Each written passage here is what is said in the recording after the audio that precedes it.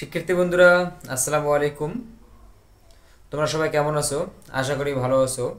MN education সেন্টারের পক্ষ থেকে সকলকে শুভেচ্ছা ও স্বাগতম। আজকে আমরা দুটি বিষয়ে সম্পর্কে জানব। এক হচ্ছে ওয়ার্ড সম্পর্কে, দুই হচ্ছে সেন্টেন্স সম্পর্কে। যদি আমরা ওয়ার্ড সম্পর্কে জানতে চাই তাহলে আগে জানতে হবে ওয়ার্ড কি, ওয়ার্ড কাকে বলে। চলো, ওয়ার্ড কি? ওয়ার্ড মানে হচ্ছে ওয়ার্ড মানে শব্দ। এবার ওয়ার্ড কাকে বলে? কয়েকটি লেটার বা বর্ণ পাশাপাশি বসে যদি অর্থ প্রকাশ করে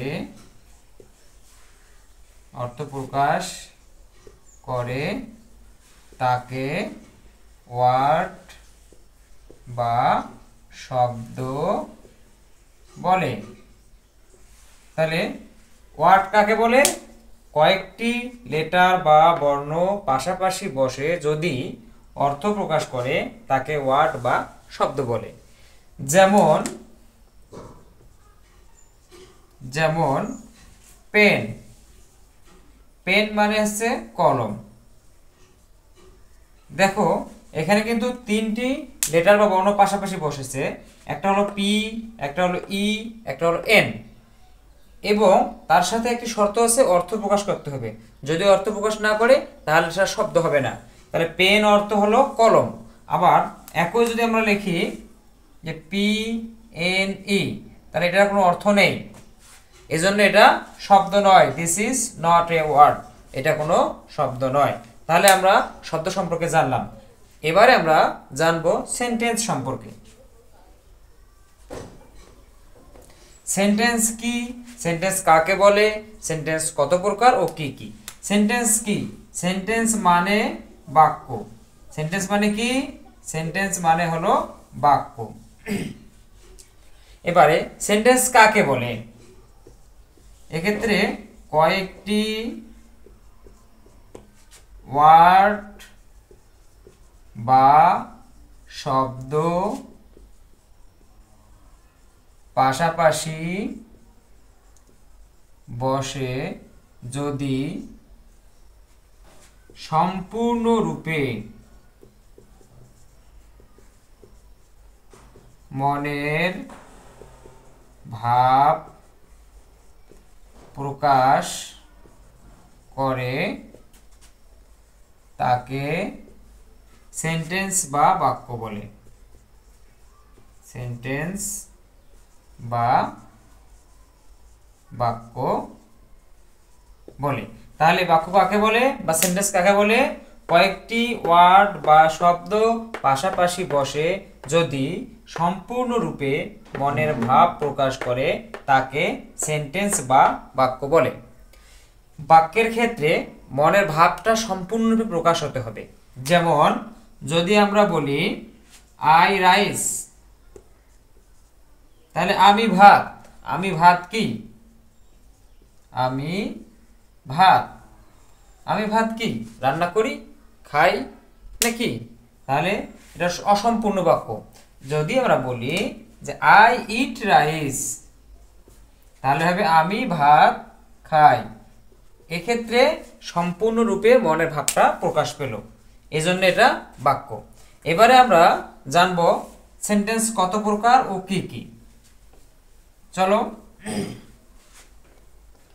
সেন্টেন্স কত প্রকার?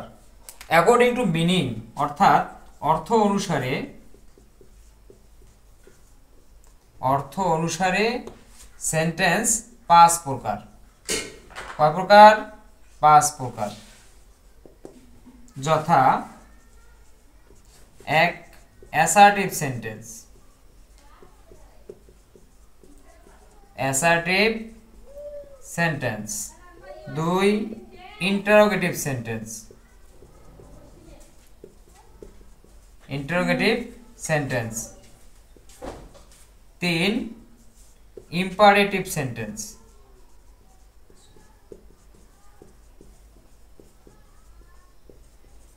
4 অপটেটিভ সেন্টেন্স,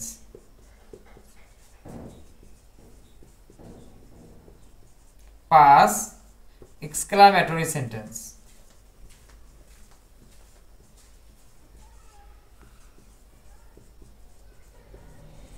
তাহলে অ্যাসার্টিভ সেন্টেন্স যার অর্থ হচ্ছে বিবৃতিমূলক বা বর্ণনামূলক বাক্য।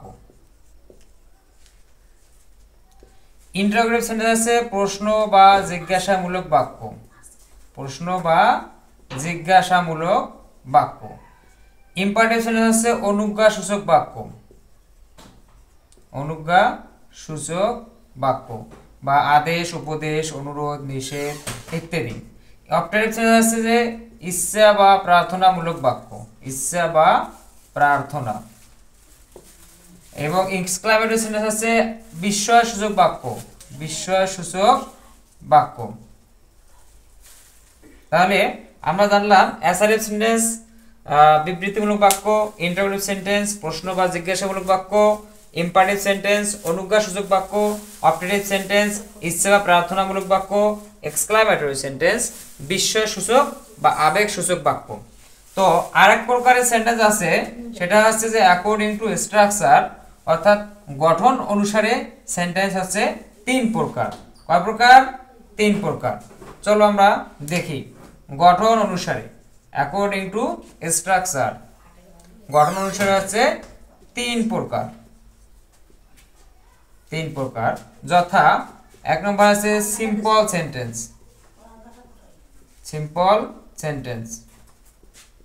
2 নম্বর আছে কম্পাউন্ড সেন্টেন্স এবং 3 নম্বর আছে কমপ্লেক্স সেন্টেন্স, কমপ্লেক্স সেন্টেন্স। তাহলে সিম্পল সেন্টেন্স যার অর্থ হচ্ছে যে সরল বাক্য, কি বাক্য? সরল বাক্য।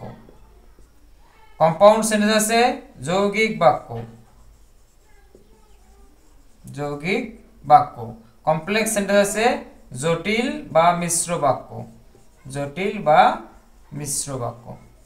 তাহলে গঠন অনুসারে সেন্টেন্স কয় প্রকার? 3 প্রকার।